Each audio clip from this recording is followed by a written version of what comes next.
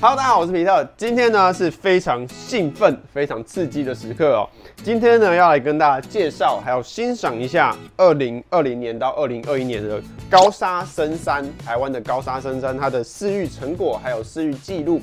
简单的来跟大家介绍一下饲养深山的时候常会遇到的一些小问题，还有我自己的养法。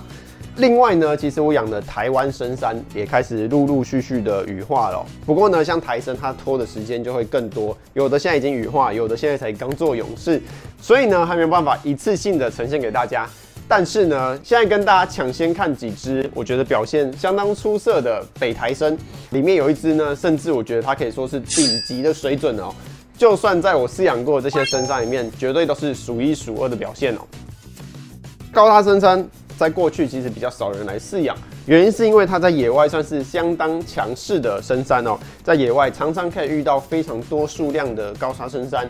它通常呢在一些比较中高海拔的区域，很容易遇到大发生，一次可以看到好几十只甚至100只的高砂深山。但是呢，现在如果有常在野外山上去找昆虫、去采集的朋友，其实可以发现到高砂深山的数量其实是明显的下降了很多。当然，可能原因跟栖地开发或是现在改灯等等都会有关系。那无论如何呢，现在要在野外遇到大型个体就变得相当的困难。这个时候呢，饲育的力量就是更加的重要了。手上如果有在饲养高砂深山的虫友，也快到了它更换的时候。希望今天的饲育记录呢，对你会有一点点的启发或是帮助哦。好，我们来看到这个高砂深山它的一个饲养记录哦。这边 LM 就是高砂深山它的缩写。然后呢，7月13号它是1龄虫，1龄虫我是用250cc 的杯子。那大概过2个月到2个半月就要来更换。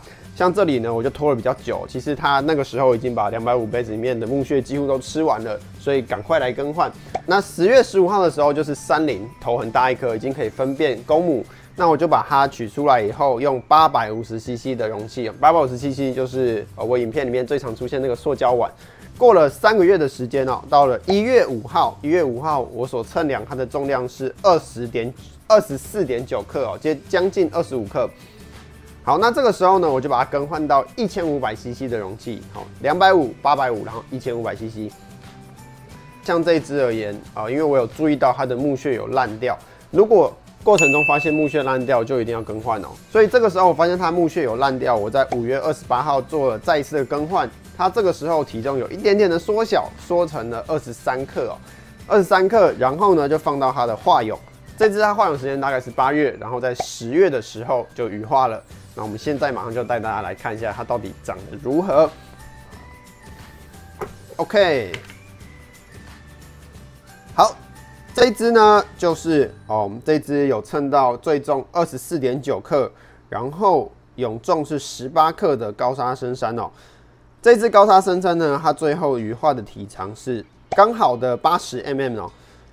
80mm 呢，就可以算是饲养高砂深山需要去突破的一个目标门槛哦，已经算得上是非常大型的高砂深山哦，很漂亮。深山属啊，一个非常注意、非常漂亮的地方，就是你可以看到它的头上面都会涂2个这个大大的耳朵哦，这个是深山属非常有象征性，而且又是非常酷的东西。那每一种它的这个耳朵呢，都会长得不太一样哦。等一下大家可以注意一下台湾深山的。好，回到这只高砂呢，这个体型呢看起来就相当不错了哦。它跟台湾深山就是台湾最大型的2种深山哦，很漂亮哦。这一只呢是8公分的高砂深山。好，那先放在这边。接下来另外一只呢要跟大家介绍的是82的高砂深山哦。好，那我们一样看一下这个记录嘛。记录呢前面是一样的，7月13号1龄，10月15号30。然后我这一只呢是在1月12号的时候称到26克，26克也相当不错哦，26克，然后我就没有再去更换它了哦。那大概6月的时候呢，它就会开始做蛹式，所以呢这中间其实隔了5个月哦，大概可以隔5个月的时间。然后它做完蛹式，最后化蛹的时间是在8月，这只的蛹是称到了19.7克哦，19.7克就是还蛮重的一个蛹重。这一只的体型呢，确实哦，也是比这只还要来得大。这只呢，体长是82mm哦，然后这一只呢是80的哦，这只是80的。好，那我们可以发现到啊，这只80的其实它的这个身体有点宽，比较臃肿一点点的感觉哦。那这一只82呢，身体呢比较小，然后整个看起来呢比较匀称，比较漂亮。如果这只虫的重量很多分配到它的身体的时候，这个虫呢可能就不会那么长，那它看起来呢就会像这样胖胖的。那这只呢就不会，整个看起来呢就很漂亮，很匀称哦。那体型呢也会比较长一点。这只呢有82mm 哦，很漂亮的高砂深山。那高砂深山呢是台湾深山里面的金毛狮王哦，它身上这边全身都有腹毛，有没有发现？从头的这个地方啊，一直到前胸背板、鞘翅，甚至是它的腹部侧边，全部都覆满了这些金黄色的毛哦，很有质感、很高贵的一只甲虫哦，又大只又有金毛，超漂亮。高砂深山，它如果是野生的，它在野外呢就会摩擦啊，像是摩擦到一些枝条，或是跟人家打架等等的原因，都会造成这个金毛会开始脱落。饲育的时候呢，就可以养出非常完整、非常漂亮的金毛，完全没有任何一点摩擦的感觉。像这一批它的体型呢，几乎都在78到82、83之间，所以呢，整体表现算是非常好。而且呢，是一只很适合来大家饲养的深山哦，又大只，也不会说非常难养。今天跟大家分享的高砂深山哦，非常的漂亮哦，都是在野外称得上是大型的个体哦，而且这只呢更是有82mm 的表现哦。好，那我们先请他们去旁边哦。接下来就是我非常想跟大家介绍，而且实在是太漂亮了，我自己都没有养过这么漂亮的台湾深山哦。我们直接来看表现最好的这一只哦，这只真的超棒的，这只真的超棒的。好，来看一下这一只呢是北台参，它是三峡产的台参哦，那它是野生第1代。这是它的体长呢，它只有75mm哦，不过呢它有一个地方真的非常非常的顶级哦。现在带大家看这个饲育记录。2020年的8月27号是1龄虫250cc 的杯子，然后到11月20号3龄虫就更换成850cc 的容器，再来呢，在2月25的时候呢，称到的体重是19.6克，那这个时候呢，我就更换到了1000cc 的容器哦。同样，这个有发现到耗材有朽化的情形，所以在5月底哦，再帮它更换了一半的木屑，避免这个木屑全部朽化。然后在9月的时候呢，它化蛹，它的蛹重是14.3克哦。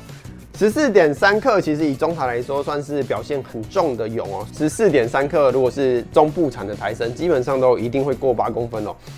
现在这只是北台参，北台参通常比较粗壮一点嘛，它的体长呢竟然只有75mm哦。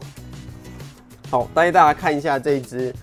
我说是顶级的哦，顶级的台参哦，绝对是我饲养过非常非常顶级的台参。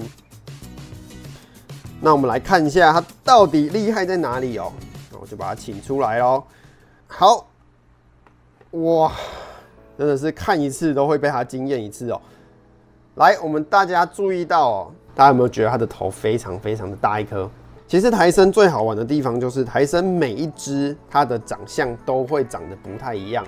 即便是同一个妈妈所生的，同一个爸妈所生的，它每一只呢其实都还是会有差异的哦。有的呢牙齿可能比较弯，有的牙齿比较直，有的头很大，然后有的牙齿比较粗比较细。那这个也是饲养台参一个非常非常好玩的地方哦。像这只而言，它最惊艳、最厉害的地方就是在它的体长啊，虽然只有75mm哦，不过大家可以注意到它的这个头非常的大颗，大家应该感觉出来，它前面这个头非常的大一颗哦。好。我现在手上这一只呢，它同样也是北台参哦，不过呢产地不同，因为三峡它其实是一个大区块啦，它每个的地方它都会有一点点的牙型变化哦。好，那我手上这只呢，同样也是75mm哦，75mm。那这个时候我把它们2只放在一起，哇，这个时候大家应该可以很明显的感受到2只它的是完全不一样的水准，是完全不一样的等级哦。这个头真的超级巨大，牙齿又粗又弯哦。那这一只呢，就比较显得一般了一点哦，就有点逊色。不过呢，体型都还是蛮不错的，都有75mm哦。所以呢，像这种头很大的台参啊，我们还会去测量它这个后面这个耳朵它的一个宽度哦。我现在这个呢是完全卡住它这个耳朵两边的一个状态哦，大家可以看一下，20.6的一个耳朵宽度，这个呢真的是非常非常夸张的一个宽度哦。那这一只的耳朵宽度呢，同样也测量一下给大家看哦。这一只耳朵宽度呢，有没有？这只就只有18.5哦，18.5，整个给人的感觉差非常的多哦，非常的夸张。20.5真的是一个非常顶级的头幅哦，非常顶级的头幅。像我自己饲养的中部型的台参，我养到82mm， 它的头幅呢也才20，甚至比这一只75mm 的还要小哦。这只呢，它的表现真的是让我非常的惊艳。这耳朵的大小是它非常大的一个特色，好漂亮哦，很夸张，很夸张。另外呢，我们来看一下同一批都是这个。跟这一只大头是亲兄弟的，他们的亲兄弟其实表现普遍都相当不错。来，我们看一下哦，这一只呢是跟它是亲兄弟哦，亲兄弟。然后饲育记录的部分呢，前面都差不多，10月取得20虫，比较晚是第2批的，10月取得20虫，然后在12月21号是30虫哦，然后4月的时候称到最重是18克，好，18克。然后呢，在9月的时候，它化蛹是14克哦，这只也有14克。不过呢，它的体长呢就比它小一点点，但是可以注意到它的头一样是非常的夸张哦，头跟牙齿整个的比例看起来呢，仍然是非常的漂亮，非常的粗壮哦，非常的粗壮。牙齿的弯度也有，整体而言呢，我觉得也算是表现很好的一只三峡台参哦。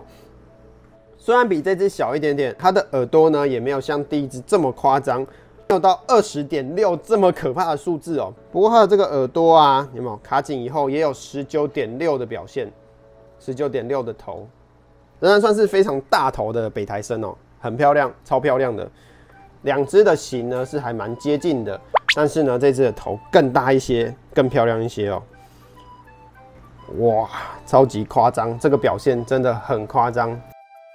养这些北台，整个身体非常的匀称，头又大颗，完全就是心目中的理想型台参哦，超棒，实在是太漂亮、太惊艳了，养一次就会上瘾的那种感觉哦。那这个呢，就是今天跟大家分享高沙深山还有台湾深山的饲育记录哦。以高沙深山而言呢，我觉得它的体重变化就还蛮大的。好，如果要有一个基准值的话，基本上20克以上的幼虫都有75以上的门槛哦。